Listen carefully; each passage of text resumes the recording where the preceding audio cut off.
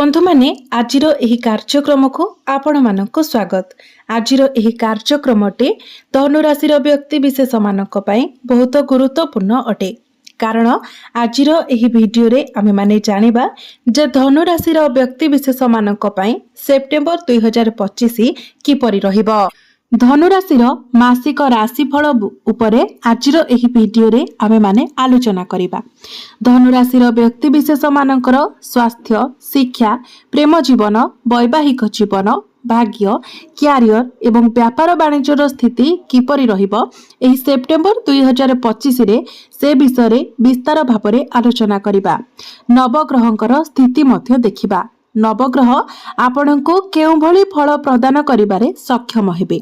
यह सहित अशुभत्व प्रदान करुथिबा ग्रह मानक पई किछि विशेष प्रतिकार मध्य जानिबा।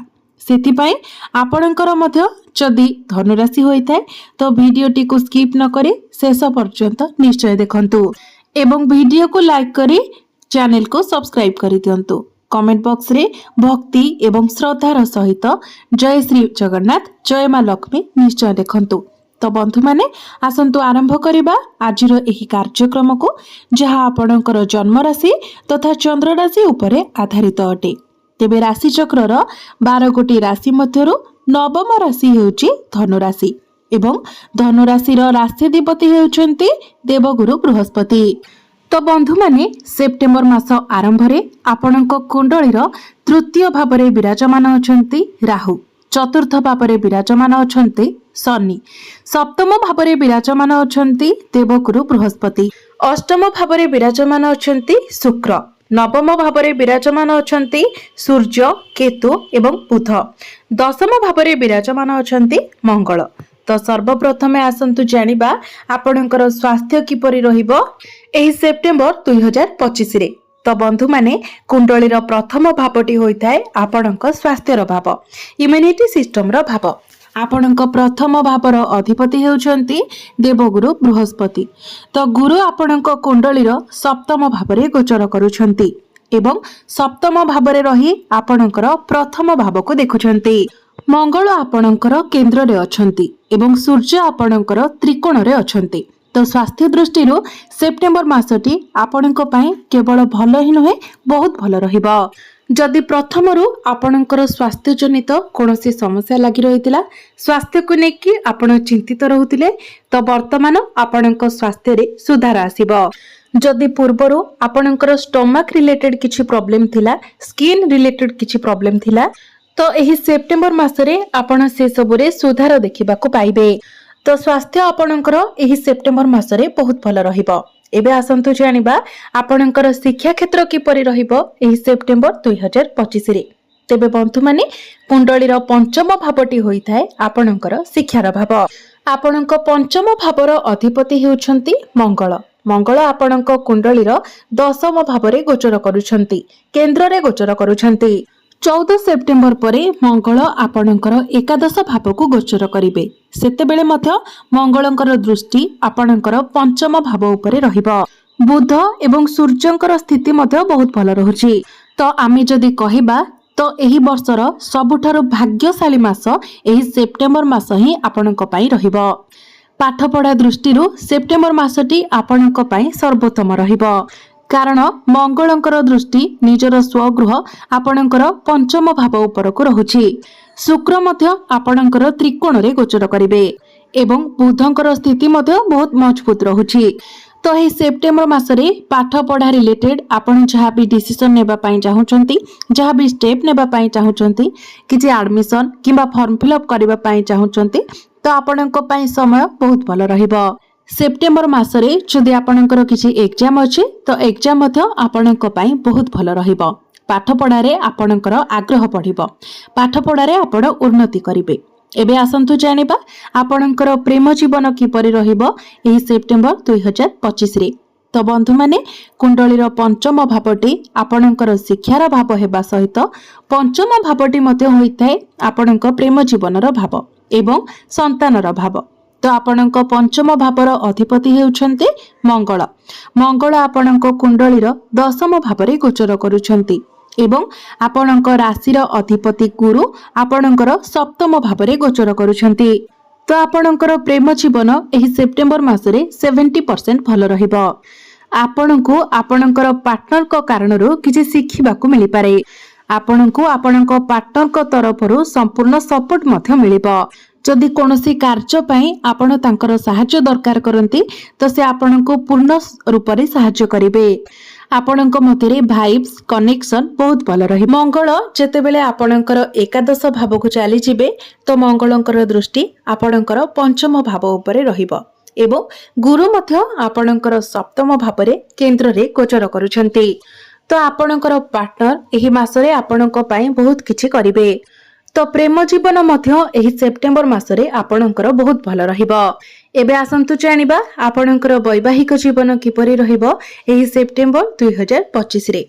तो बंधु माने कुंडलीर सप्तम भावटी होइथाय आपणक वैवाहिक जीवनर भाव, आपणक जीवन साथीर भाव।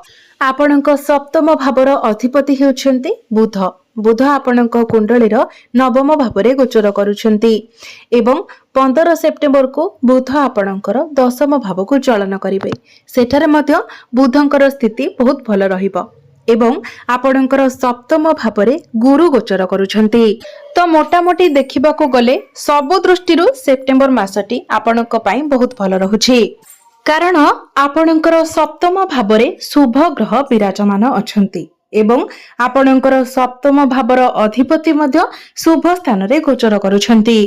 एहा परे बुध आपणकर दशम भावरे उच्चस्थ होइछिबे। तो आपणकर जीवन साथींकर क्यारियर रे ग्रोथ आसीबो। जदि से बिजनेस करूछन्ती तो बिजनेस रे मध्य ग्रोथ हेबो। आपणकर वैवाहिक जीवन सुखमय रहिबो। जदि एहा पूर्वरु आपणकर वैवाहिक जीवन रे कोनोसी प्रकारर समस्या लागि रहितिला, मतभेद मनांतर वैचारिक मतभेद तिला, तो से सब किछि मध्य समाधान होइजिबो। तो वैवाहिक जीवन एही सेप्टेम्बर मासरे आपणकर बहुत भल रहिबो। एबे आसंतु जानिबा सबुठार गुरुत्वपूर्ण विषय वस्तु आपणकर भाग्य, क्यारियर एवं व्यापार वाणिज्यर स्थिति किपरि रहिबो एही सेप्टेम्बर 2025 रे। तो बंधु माने कुंडलीर नवम भावटी होइथाय आपणकर भाग्यर भाव। आपणक भाग्य भावर अधिपति हेउछन्ती सूर्य। सूर्य आपणकर नवम भावरे ही गोचर करूछन्ती। 17 सेप्टेम्बर पर्यंत सूर्य आपणकर नवम भावरे रहिबे। तो 17 सेप्टेम्बर पर्यंत आपणकर भाग्य आपणको संपूर्ण रूप रे साथ देबो, कारण गोटे वर्ष रे गोटे मास ही एपरि होइथाय जेतेबेले सूर्य निजर स्वगृह रे प्रवेश करिथांती। तो 17 सेप्टेम्बर पर्यंत सूर्य निजर स्वगृह रे ही रहिबे। तो 17 सेप्टेम्बर मध्यरे भाग्य संबंधित आपण जहाँ भी कार्य करबा को चाहुचंती आपण बिना किछि द्विधारे करि पारिबे। जेमिति कि कोनोसी बड़ मीटिंग हेउ, कोनोसी बड़ कार्यर आरंभ हेउ, कोनोसी बड़ जिनिस किणाकिणी करंतु, किछि बड़ इन्वेस्टमेंट करंतु, आपण से सब कार्य 17 सेप्टेम्बर मध्यरे करि दियंतु। 17 सेप्टेम्बर परे मध्य आपणकर भाग्य आपणको साथ देबो, कारण 17 सेप्टेम्बर परे सूर्य दशम भाव को प्रवेश करिवे। तो संपूर्ण सेप्टेम्बर मासटी आपणकर भाग्य दृष्टिरू बहुत भल रहिबो। एबे आसंतु जानिबा आपणकर क्यारियर, आपणकर कार्यक्षेत्र किपरि रहिबो एही सेप्टेम्बर 2025 रे। तो बंधु माने कुंडलीर दशम भावटी होइथाय आपणकर क्यारियर भाव, कार्यक्षेत्रर भाव। आपणक दशम भावर अधिपति हेउछन्ती बुध। बुध आपणक कुंडलीर नवम भावरे गोचर करूछन्ती एवं 15 सेप्टेम्बर को बुध आपणकर दशम भाव को प्रवेश करिवे, निजर स्वगृह को प्रवेश करिवे। जेतेबेले आपणकर दशम भावर अधिपति दशम भावरे प्रवेश करिवे तो पंच महापुरुष राजयोगर निर्माण हेबो। तो कहिबाको गले संपूर्ण 12टी जाक राशि मध्यरु एही सेप्टेम्बर मासटी धनु राशिर व्यक्ति विशेष मानक पई सबुठारु खास रहिबो, कारण क्यारियर दृष्टिरु मध्य सेप्टेम्बर मासटी आपणक पई बहुत भल रहिबो। आपणको चाकरी मिलिबार बहुत अधिक संभावना रहुछि। आपणक मध्यरे स्ट्रेंथ रहिबो। काम करबाकू नेकी आपणक मध्यरे आग्रह मध्य बहुत भल रहिबो। प्रत्येक कार्य को आपण सीरियसली नेबे। प्रत्येक कार्य रे आपणको सफलता मध्य मिलिबो, कारण बुध आपणकर दशम भावरे अछंती।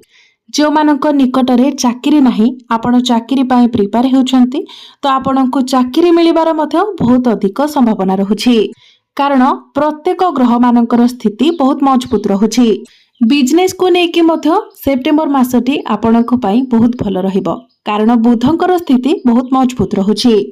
सूर्य एवं बृहस्पतिंकर स्थिति मध्य बहुत भल रहुछि। तो बिजनेस रे आपण ग्रो करिवे। आपण किछि नुवा बिजनेस मध्य स्टार्ट करि पारंती। आपणकर फाइनेंशियल ग्रोथ हेबो, लाभ अधिक रहिबो। एबे आसंतु जानिबा किछि उपाय विषय। तेबे कहिबाको गले सेमितिरे आपणको कोनोसी प्रतिकारर आवश्यकता नाही, किंतु किछि साधारण उपाय भाबरे आपण प्रत्येक दिन हनुमान चालीसार पाठ करंतु। प्रत्येक दिन गायत्री मंत्रर जप करंतु। जेहेतु आपणक राशि रे शनि अढ़ई चलीछि तो प्रत्येक दिन आपण शनिंकर बीज मंत्र 108 थर जप करंतु एवं प्रत्येक दिन आपण उदित सूर्य को तंबा पात्र रे जलार्घ्य अर्पण करंतु।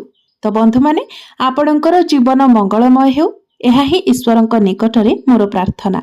धन्यवाद।